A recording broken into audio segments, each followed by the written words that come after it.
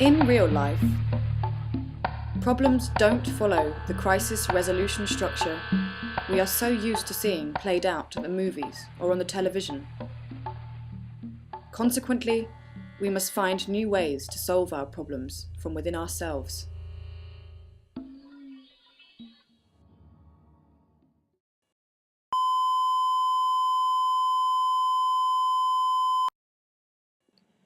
Provide yourself with a space to hear and be heard, to listen and be listened to.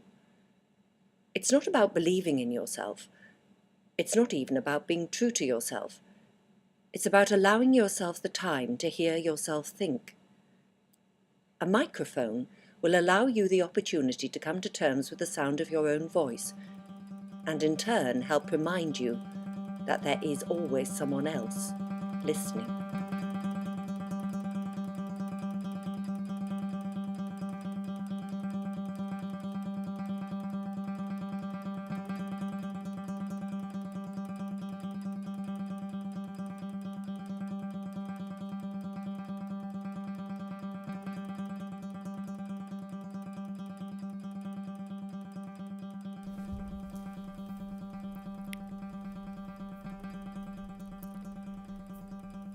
It's normal to sit in a circle on the first day of anything.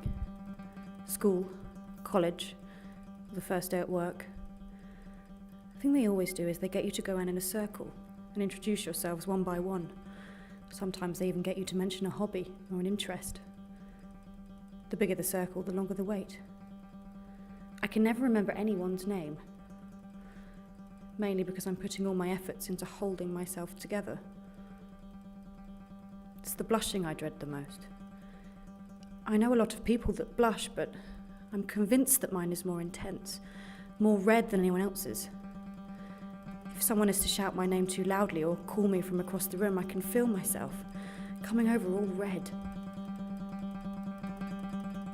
Apparently it's something to do with the number of blood vessels under the skin. If that's the case, then there's an army of them under the surface.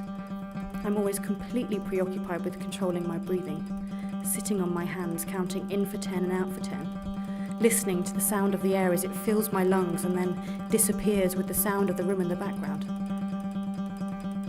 As they get close, I can feel myself come over all hot, and I can feel the red blotches move up from my chest and onto my face.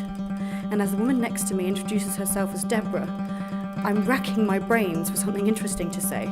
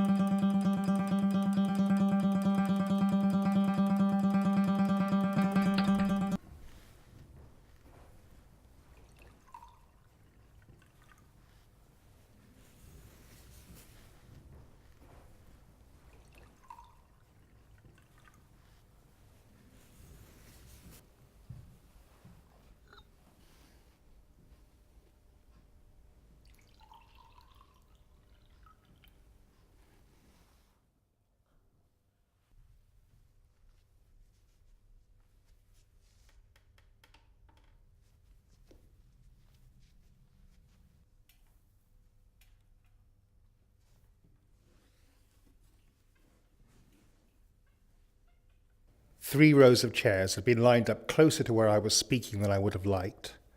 The cleaning lady had fastened the legs of the whiteboard just moments before we were set to start. I was tired, but I knew I was well prepared. With my back to the room, I removed the lid of the whiteboard marker and raised my arm to meet the board. The sound of my voice bounced off the white surface as I started to speak. I held my breath, hoping that it would ease my shaking hand, but the muscles in my shoulders tightened. I tried to imagine the muscles were relaxed. I tried to visualize them loose and supple, but they just seemed to get tighter. When I turned back to face the room, the chairs were full. I signaled for the lights to go out, and the roar of the projector drowned out the sound of my heavy breathing.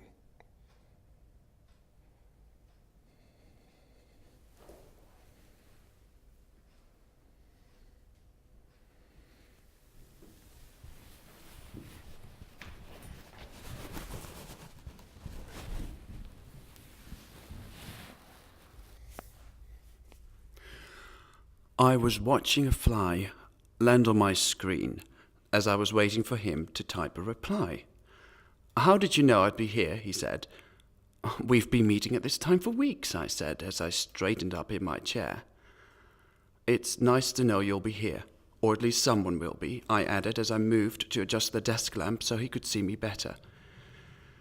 "I don't want to be touched," I said. "I just want to see you touching yourself." "Fair enough," he said. I tried to focus on the screen, but my attention was caught by the fly that was now hovering around the room. I could hear it buzzing as it moved freely from surface to surface without hesitation, like a man in a bar, moving across the room, bumping into people without apologizing. Things were different for me. They always had been. It took me some planning to go from A to B, only making my move across the room when the bar was clear of people. It was easier being at home, more simple, with less possibility of being touched. When I got back to the screen, he had gone.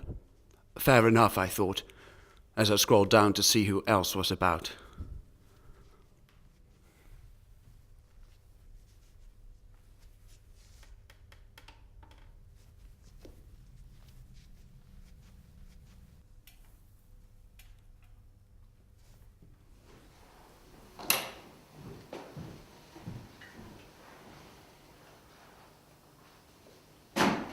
I was fine on the Monday. I was fine on the Tuesday. But on Wednesday, everything changed. That is to say, something happened that had never happened before. The day started normally enough. I got to work, had my lunch, and got back to the office at 2. Sandra, the receptionist, had left an envelope on my desk. As I opened it, I realized it was an invitation to the office Christmas do. My heart started to race. I could feel sweat soak into the back of my shirt. I was getting hot, extremely hot. It felt hard to get my breath. I could feel myself losing my balance. I stood up to try and regain it.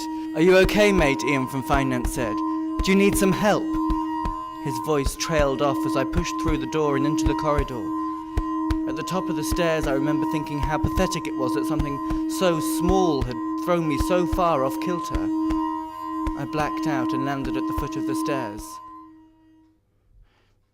I was mortified in the hospital waiting room, not only because I knew I'd been a main talking point at the office for weeks to come, but because I was used to being so on top of things.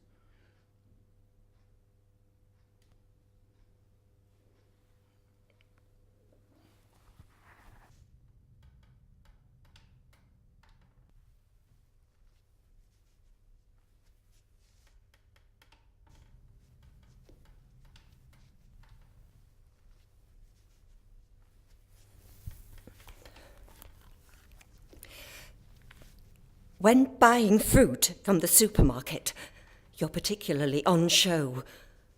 If you think turning your back to the room conceals your face, you're wrong. The mirrors are angled, so slightly that you might miss it if you didn't know. The person behind you can read the expression on your face, can inspect the private contents of your basket without you even knowing. The convex ones are the worst. The ones that follow you round corners. It makes it impossible to hide. I tend to walk on the other side of the aisle to avoid them, perusing the offers from afar. Placing my shopping on the conveyor belt. Milk, pasta, eggs, watercress. The belt trickles forward. My throat is dry and my neck gets hot as the person in front of me taps in their pin. I fumble around in my purse as a distraction. "Do you have a nectar card?" she asks. My heart starts racing, and I wish I'd used the self-checkout. It wasn't just in the supermarket that I would feel like this. Picking up my daughter from school would fill me with dread. I will sit, watching other mothers rushing towards the school in my wing mirrors. I lean my neck back and let it settle on the headrest. Swinging the rearview mirror round, I will look at myself for a moment, then, pushing with some force, open the car door and head towards the school.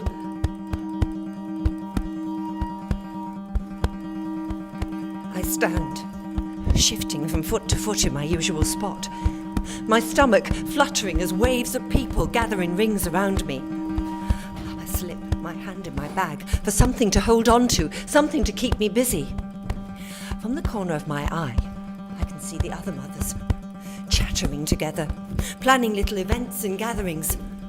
I keep my head down, firmly fixed on the contents of my bag, knowing that if I look up, they'll all be looking at me. Then, as I take a deep breath and slowly begin to raise my chin,